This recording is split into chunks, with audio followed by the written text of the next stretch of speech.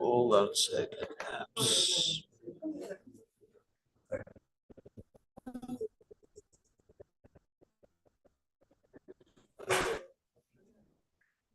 Almost ready.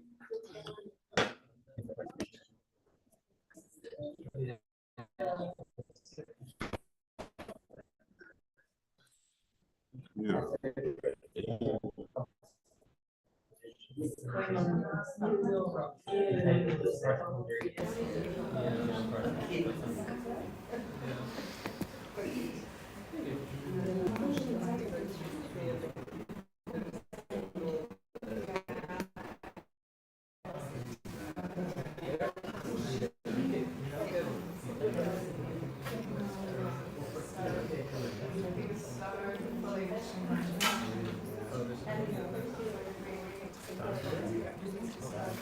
Right.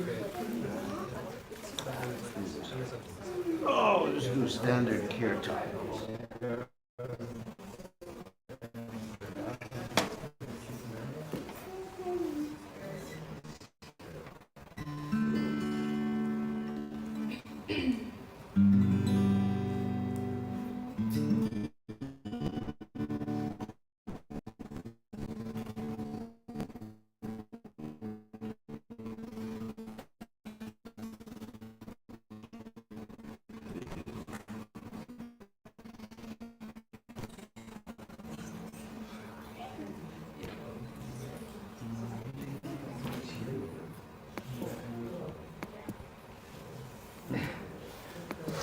Range.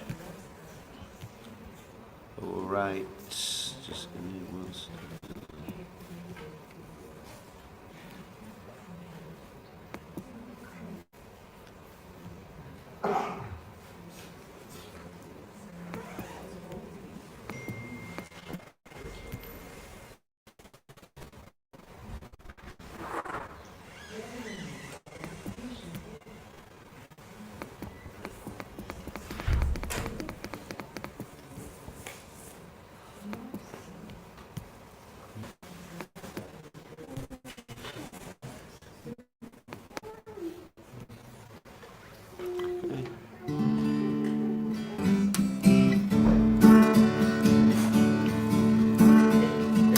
Namaham Vishnu Pataya Krishna Pristaya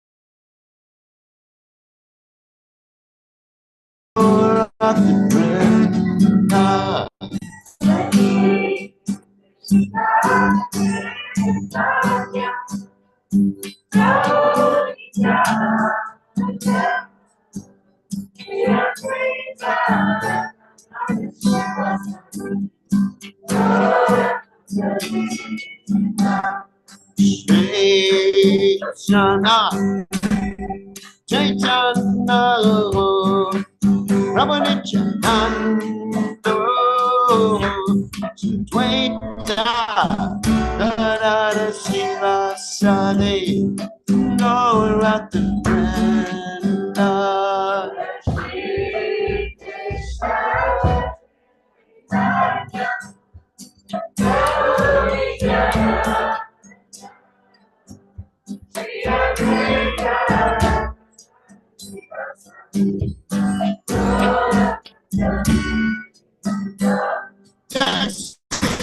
Shri Krishna Chaitanya Ramanityananda Dvaita Narada Shiva Sade Gauratananda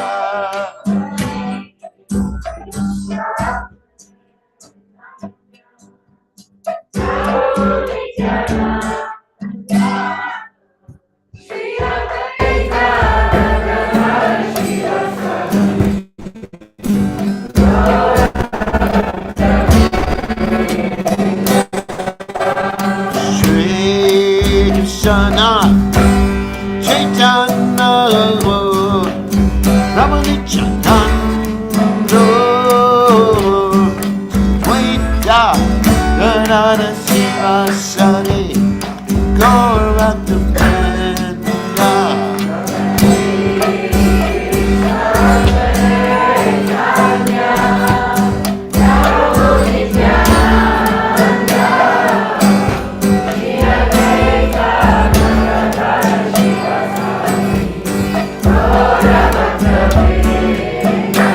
Hare Krishna Krishna Hare Hare Hare Rama Hare Rama Rama Rama Hare Hare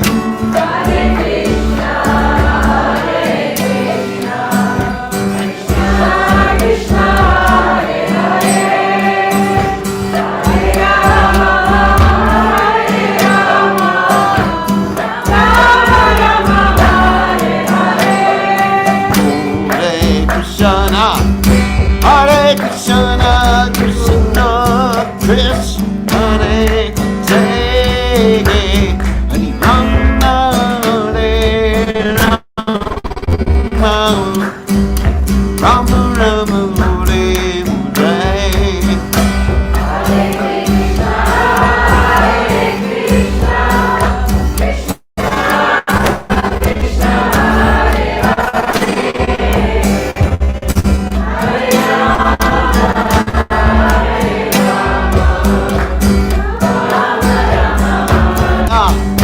Hare Krishna, Krishna Krishna, Hare Hare, Rama, Hare Rama, Rama Rama Hare Hare.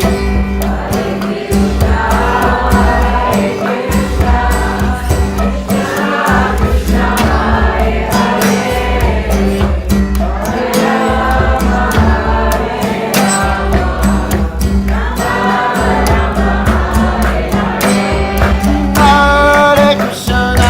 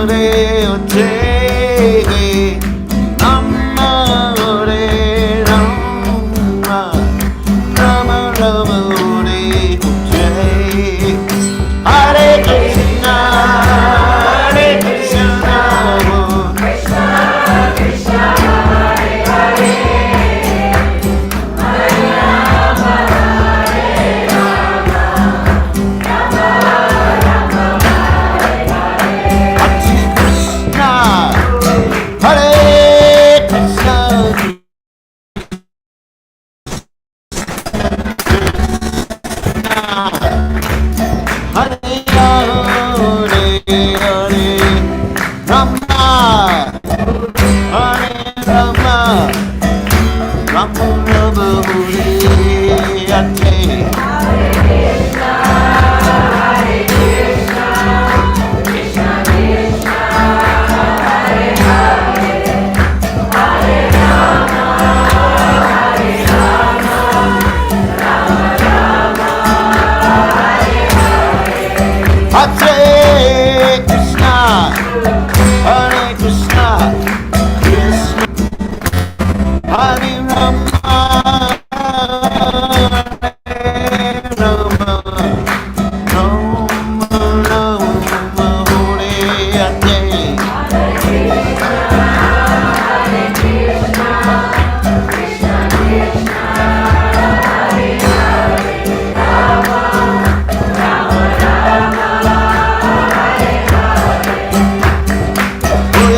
Krishna, Hare Krishna, Krishna Hare Rama, Hare Rama, Rama Rama Hare Ate. Hare Krishna, Krishna Krishna, Hare Hare, Hare Ram, Hare Ram, Ram Ram, Hare Hare.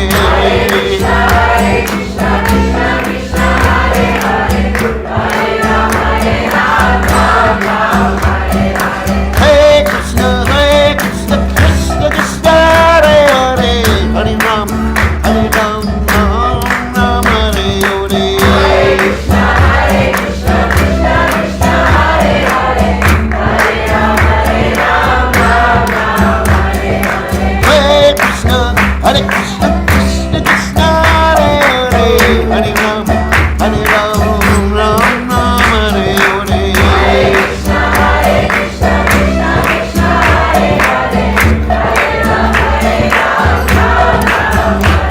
Hare Bol, Hare Bol, Hare Bol.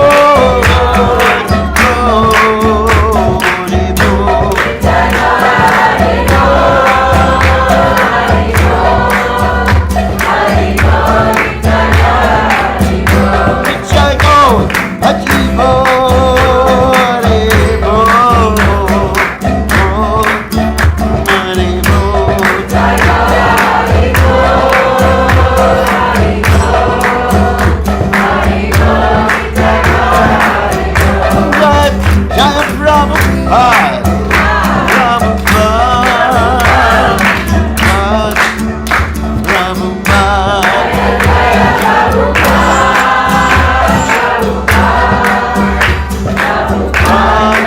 Jai Prabhupada, Jai Om Vishnupad,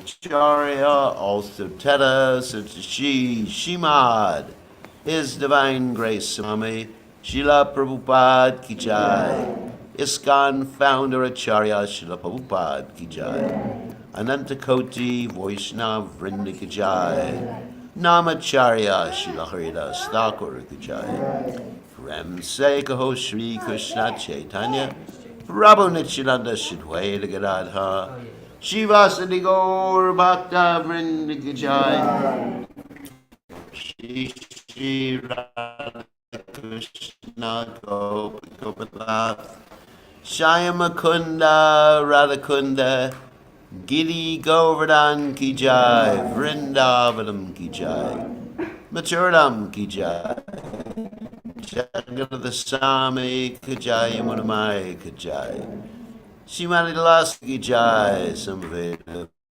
Bhakta Vrinda Ki Jai, Gaur Premananda Hari Bol. All glories to the assembled devotees. All glories to the assembled devotees. All glories to Shri Guru and Gauranga Srila Prabhupada Ki Jai. Okay, guess what? All right, take the chair away.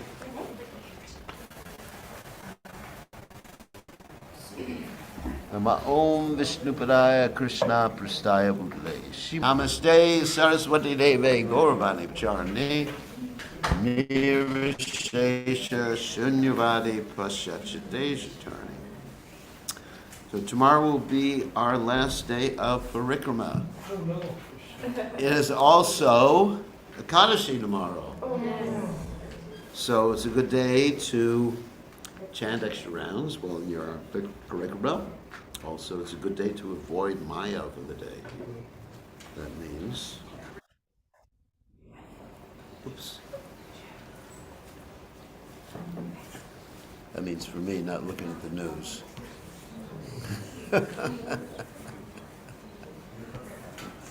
Okay, let's see. This thing has been having some hiccups. It's going to change one thing here.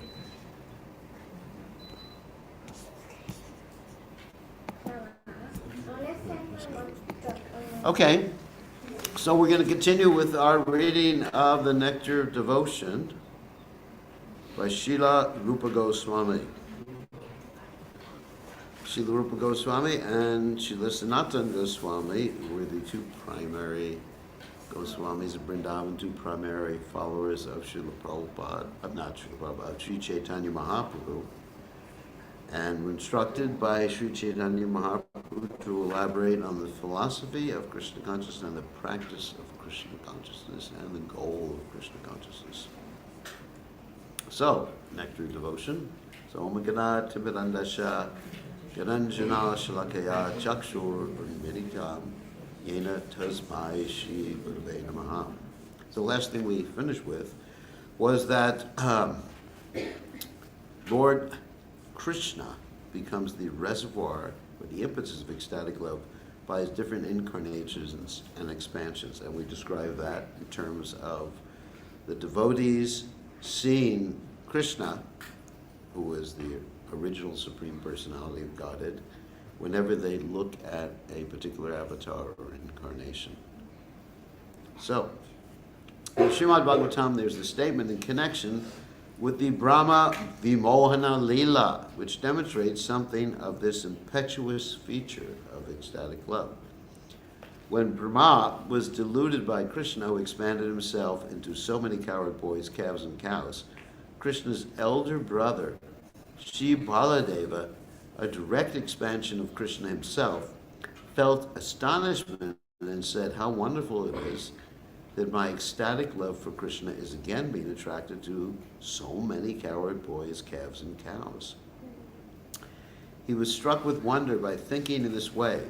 This is one of the examples in which Krishna himself becomes the object and reservoir of ecstatic love in the impetuous aspect. In other words, just to explain what's going on here, that there's the stimulation for ecstatic love, which is called a vibhava. Remember that? And so there's, all right, let's get into the Sanskrit terms. Alambana and udipana.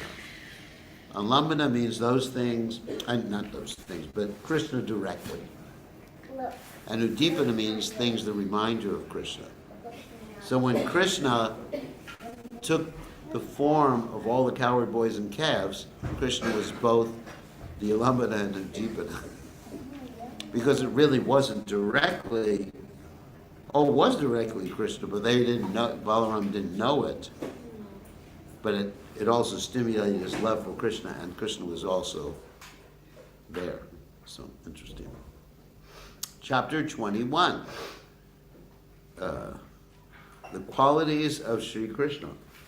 Personal features can be divided into two. One feature is covered and the other feature is manifested. When Krishna is covered by different kinds of dress, his personal feature is covered. There is an example of his covered personal feature in the Srimad Bhagavatam in connection with his Dwarka Leela. Prabhupada says there, in parentheses, his residence in Dwarka as its king. Sometimes Lord Krishna began to play like dressing himself like a woman. So it's bona fide. You can do that. Seeing this form, Uddhava said, even as an adult, Krishna did it. Not just as a cowherd boy. But when he was married in Dwarka, he dressed himself as a woman. Oh my God. What is this Krishna up to? Oh my God. Yeah. And so, seeing this form, Uddhava said, how wonderful it is that this woman is attracting my ecstatic love, exactly as Lord Krishna does. I think she must be Krishna covered by the dress of a woman. It's amazing Krishna did that pastime in Dwarka. Imagine, he's like a king. It was, Ugra Singh was the actual king, but Krishna was like a king in Dwarka. And he dressed himself up like a woman. Could you imagine a king doing that nowadays?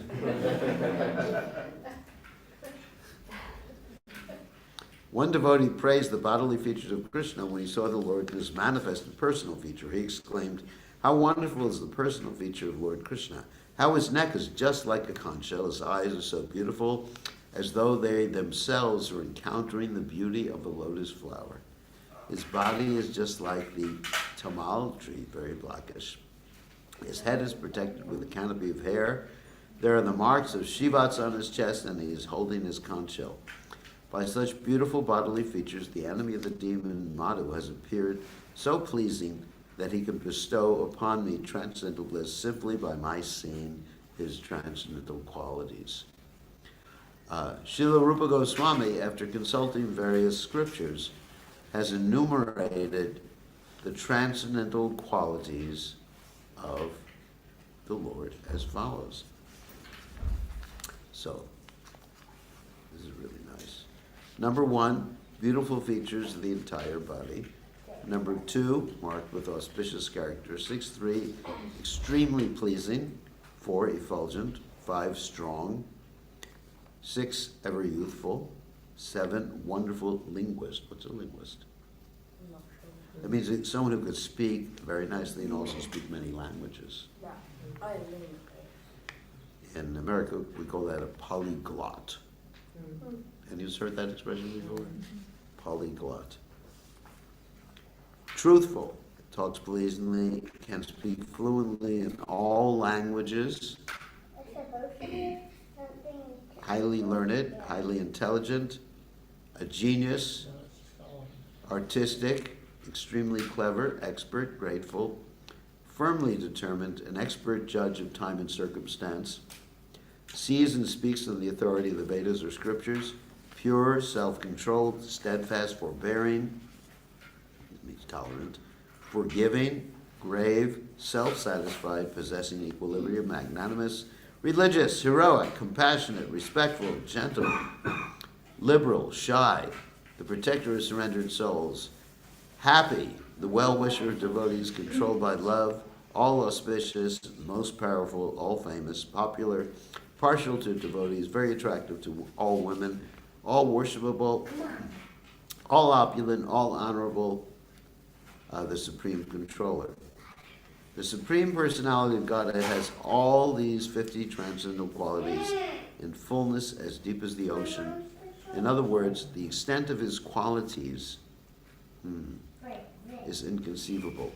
As parts and parcels of the Supreme Lord, the individual living entities can also possess all these qualities in minute quantities.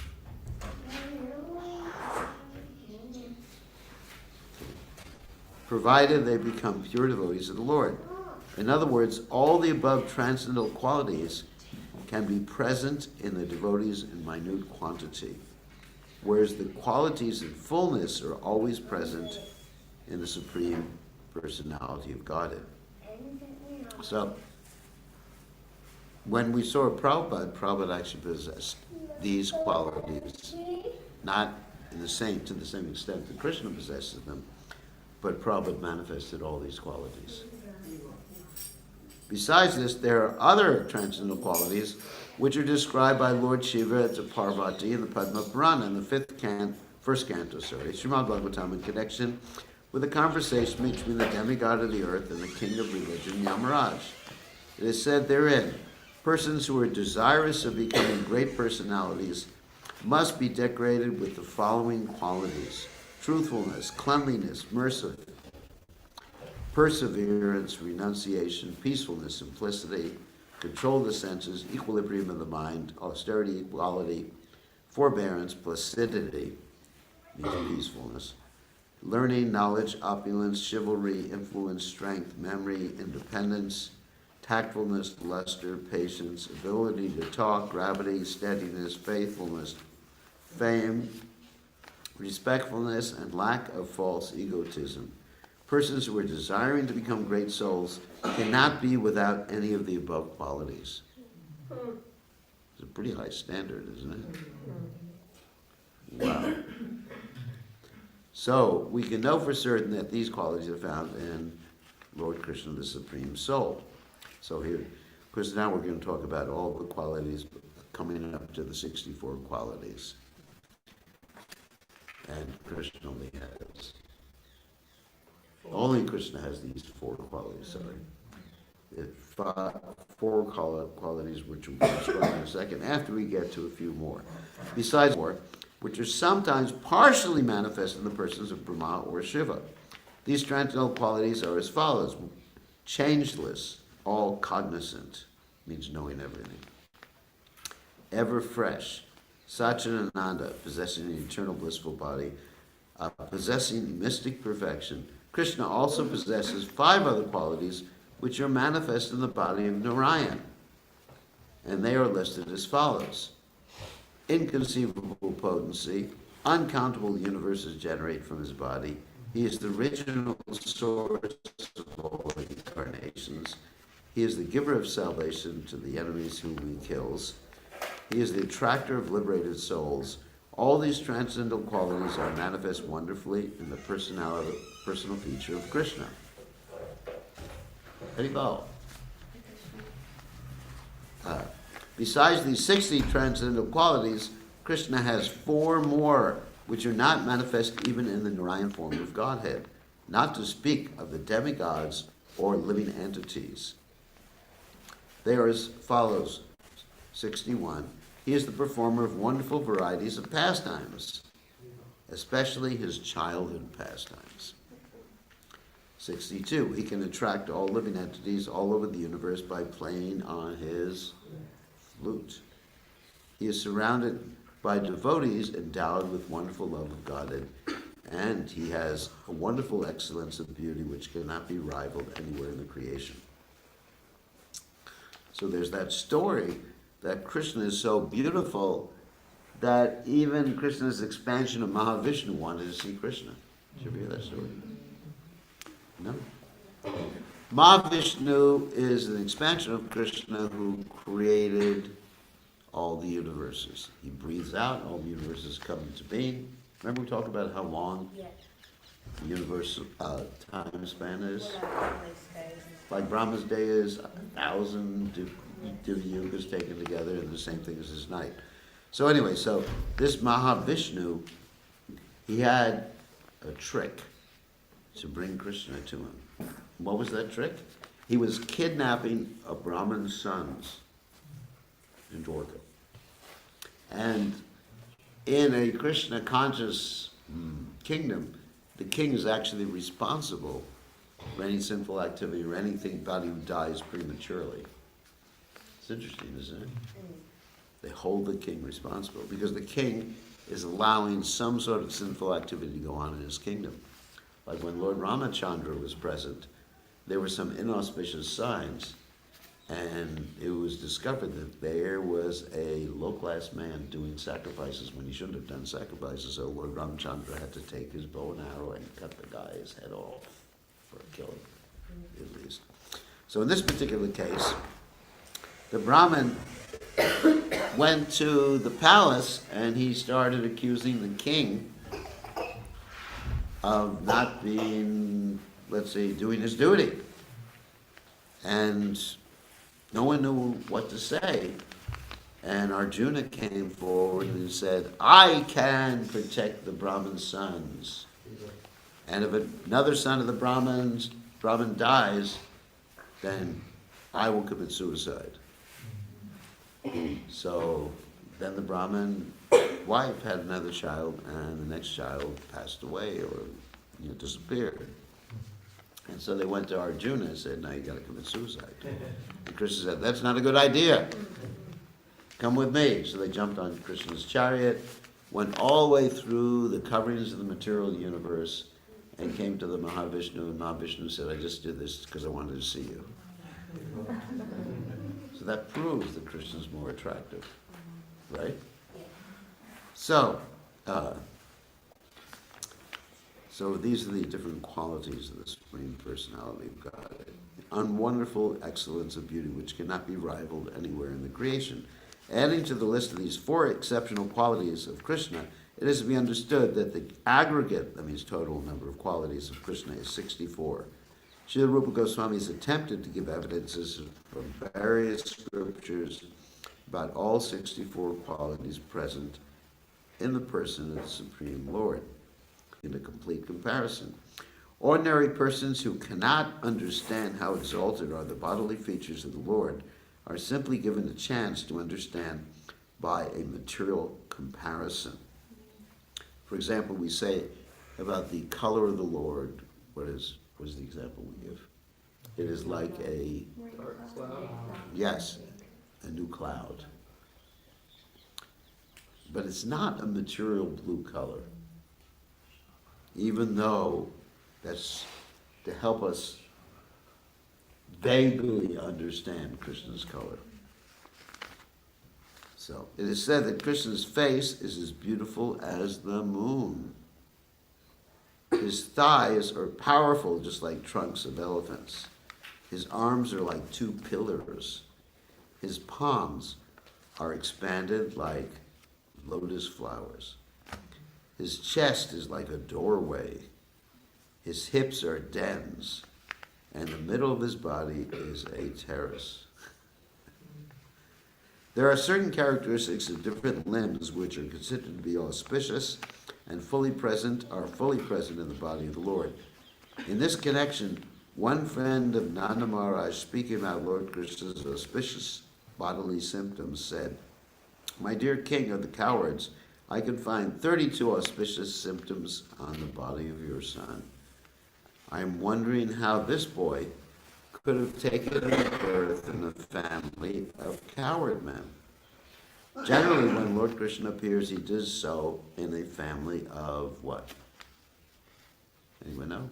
It's a test. Kshatriyas. And there's 2 dynasties in which Krishna generally appears. What are the 2 dynasties? What? Sun Dynasty and the Moon Dynasty. So when Krishna personally appeared, what dynasty was he in? And who appeared in the Sun Dynasty? As did Lord Ramchandra, Kshatriyas kings, as did Lord Ramchandra, and sometimes the family of Brahmanas. But Krishna accepted. So, what's the story of Krishna appearing in a family of Brahmanas? What? Yeah. Sort of, yeah. Sort of Parashuram, but then there was the curse of his father, Jamadagni. So anyway, so. What? Lord Vamanadev. He was Aditi's son. Not really. Chaitanya Mahaprabhu. And there's another one. Yeah. No, Lord Kapila. But Krishna accepted the role of the son of Nanda Maharaj despite the fact that Nanda belonged to the Vaishya community. The business of the Vaishnava community is trade, commerce, and protection of cows. Therefore, his friend... Did we skip something here? Oh, yeah, skip something. It's trade, commerce. Therefore, his friend, who may have been born in a Brahmin family, expressed his wonder, at how such an exalted child could take birth in a family of Vaishyas. Anyway, he pointed out the auspicious signs on the body of Krishna to the boy's foster father. He continued, this boy has a reddish luster in 7 places. His eyes, the ends of his hands, the ends of his legs, his palate, his lips, his tongue, and his nails. A reddish luster In these 7 places considered to be auspicious. Everyone should look at their palms. 3 parts of his body are very broad. His waist, forehead, and chest. 3 parts of his body are short, his neck, thighs, and genitals. 3 parts of his body are very deep, his voice, intelligence, and navel. There's highness in 5 parts of his body. His nose, arms, ears, forehead, and thighs. In 5 parts of the body there's fineness, the skin, the hairs on the head, and other parts of the body. His teeth and his fingerprints, the aggregate of all these bodily features, is manifest only in the bodies of great personalities. Not too much to comment on here, it's just descriptive. The fate lines on the palm are also considered to be auspicious bodily symptoms. In this connection, one old gopi informed King Nanda, "Your son possesses various wonderful fate lines on his palms. There are the signs of lotus flowers and wheels on his palms, and on the soles there are the signs of a flag, thunderbolt, fish, rod for controlling elephants, and a lotus flower. Please observe how auspicious these signs are." Beautiful bodily features which automatically attract the eyes are called ruchira, pleasing. Krishna possesses this attractive feature of ruchira in his personal features. In the 3rd canto, 2nd chapter, 13th verse of Srimad Bhagavatam, there's a statement about this: the Supreme Personality of Godhead in his pleasing dress appeared at the scene of the sacrificial arena when King Yudhisthira was performing the Rajasuya sacrifice. All important personalities from different parts of the universe have been invited to the sacrificial arena, and all of them, upon beholding Krishna there, considered that the Creator had ended all of his craftsmanship in the creation of this particular body of Krishna. It is said that the transcendental body of Krishna resembles a lotus flower in 8 parts, namely his face, his 2 eyes, his 2 hands, his navel, and his 2 feet. The gopis and the inhabitants of Vrindavan used to see the luster of lotus flowers everywhere, and they could hardly withdraw their eyes from such a vision. The effulgence pervading the universe is considered to be the rays of the Supreme Personality of Godhead. The supreme abode of Krishna is always throwing off effulgence known as Brahmajyoti, and that effulgence is emanating from his body. The luster of the hosts of jewels fixed on the chest of the Lord can defeat even the luster of the sun, and still, when compared with the bodily luster of the Lord, that crest of jewels appears to be only as bright as one of the stars in the sky. Therefore, the transcendental influence of Krishna is so great that it can defeat anyone. When Krishna was present in the sacrificial arena of his enemy King Kamsa, the wrestlers present, although appreciating the softness of the body of Krishna, were nevertheless afraid and perturbed when they thought of engaging with him in battle. A person who has extraordinary bodily strength is called Baliyan. When Krishna killed the Rishyasura, some of the gopis said, "My dear friends, just see how Krishna has killed the Rishyasura.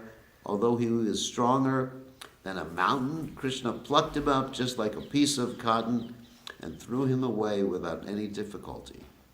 There's another passage wherein it is said, "O my dear devotees of Lord Krishna, may the left hand of Lord Krishna, which is lifted over on a hill like a ball, save you from all dangers."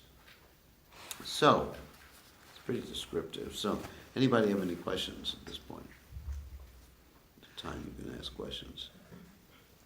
Because the description might be harder for all of you to follow at this point. Questions? Gurudev, it's not really about that. Yeah. On the altar, we have like the Guru Parampara, and we have Prabhupada, then Bhaktisiddhanta Saraswati, Thakur, and then the 3 odd. Why doesn't it go further than that? Because there's no space. Okay. I see it also like in say North Sydney Temple, it's really big also. There is space, but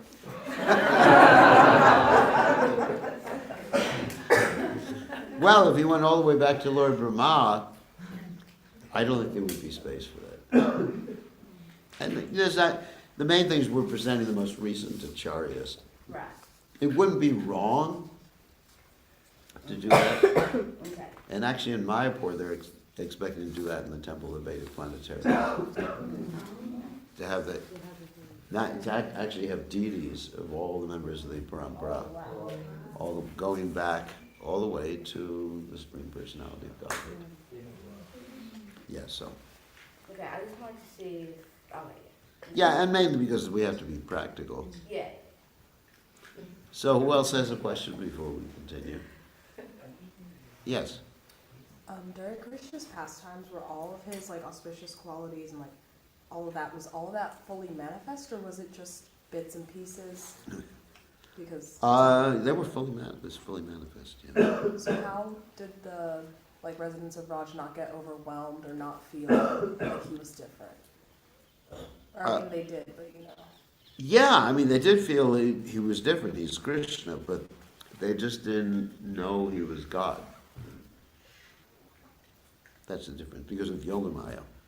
Even though it was apparent, for example, when he lifted Govardhan Hill, that he was basically not an ordinary person. And he wasn't dependent on them. You know, especially Yashodamaya and others considered Krishna to be dependent on them for his own welfare, but still, because of Yogamaya, they didn't give up that mood of parental affection or concern, loving concern for Krishna.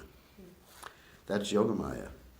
I mean, if someone lifted up Govardhan Hill, or let's say, if someone just lifted up a car, I wouldn't be concerned for their safety.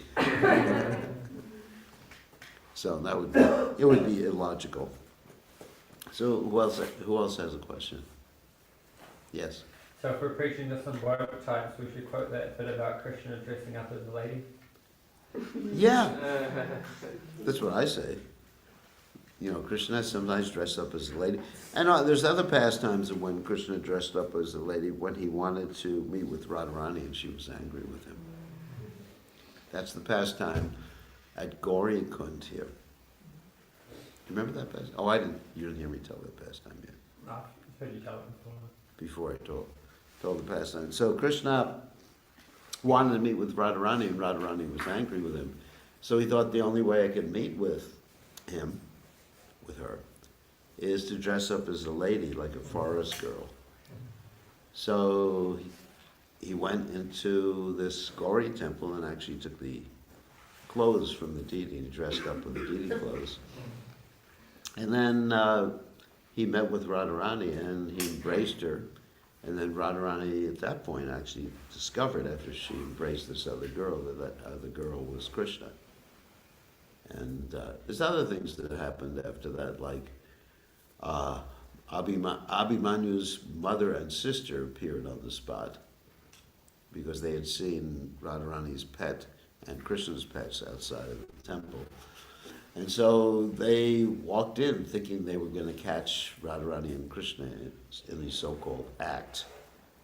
And what they discovered was something different, because Radharani, when she saw her mother-in-law and sister-in-law come in, she just fainted and fell to the ground, flat on the ground, like she was offering dandavats. And Krishna understood that he had to play the role of the deity to trick them. So they thought that Radharani was offering obeisances to Durga, who had come out of the deity form.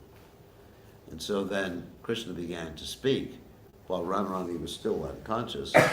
He said, Abhimanyu is going to die in the next day or so because he has offended Srimati Radharani by doubting her chastity.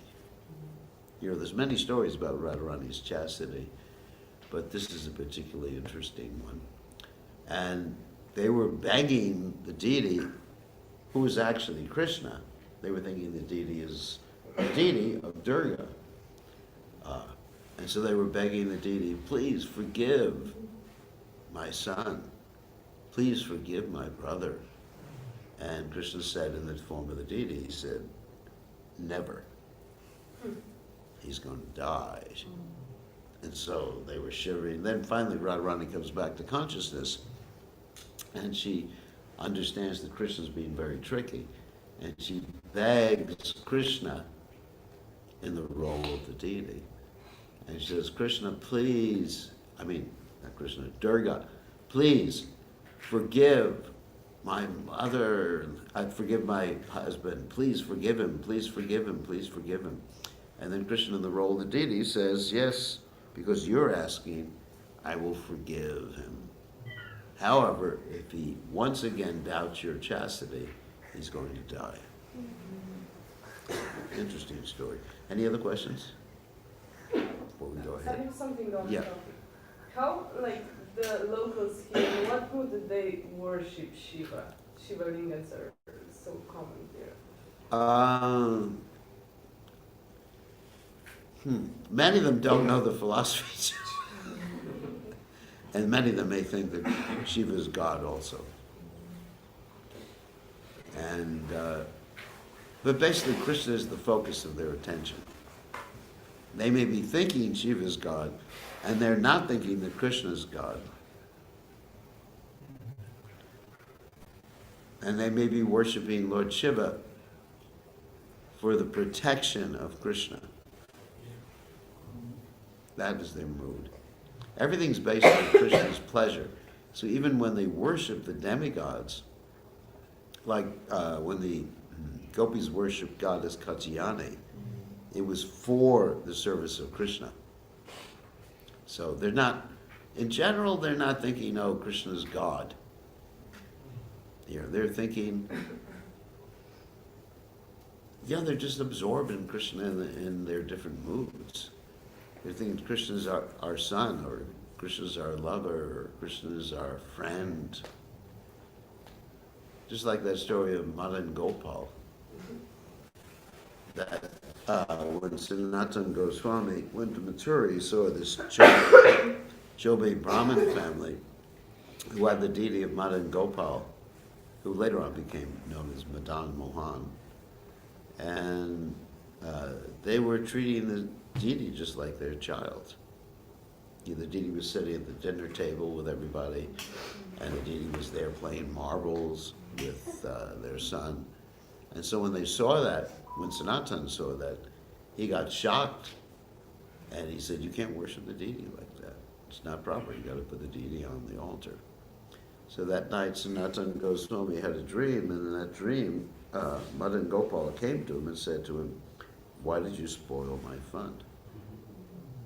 Because I was enjoying. So more or less the residents here, they're having this intimate relationship with Krishna. And probably they don't even think philosophically about God.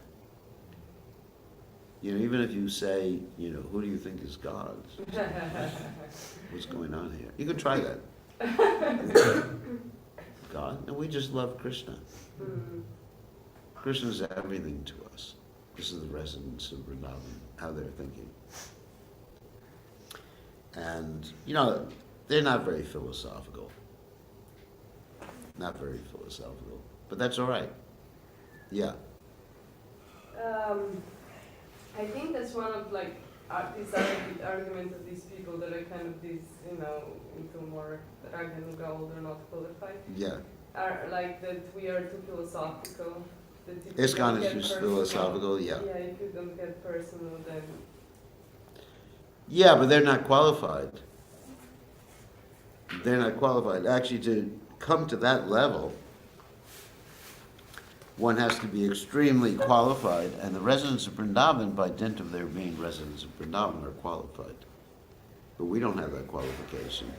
And those who are prematurely not only doing Raganuga Bhakti, but trying to emulate those devotees who are engaged in Shuddha Bhakti, or pure devotional service, they don't have the adhikar to do that.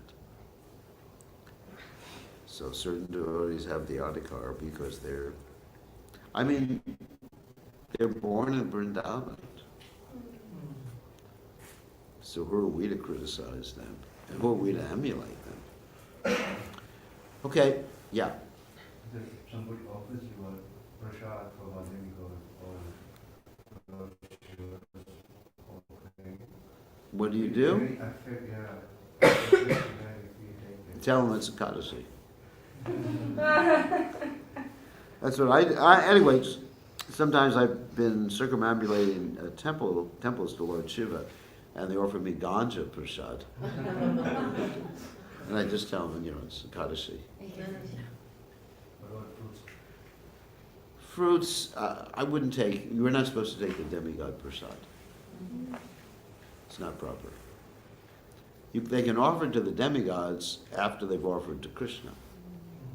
Then we can take. But it's not that we take like food offered to the demigods. Any other questions? No? So maybe we'll end and get ready for tomorrow's parikrama, the last parikrama while we're here. Okay. All glories to His divine grace. Srila Prabhupada, Srila Prabhupada.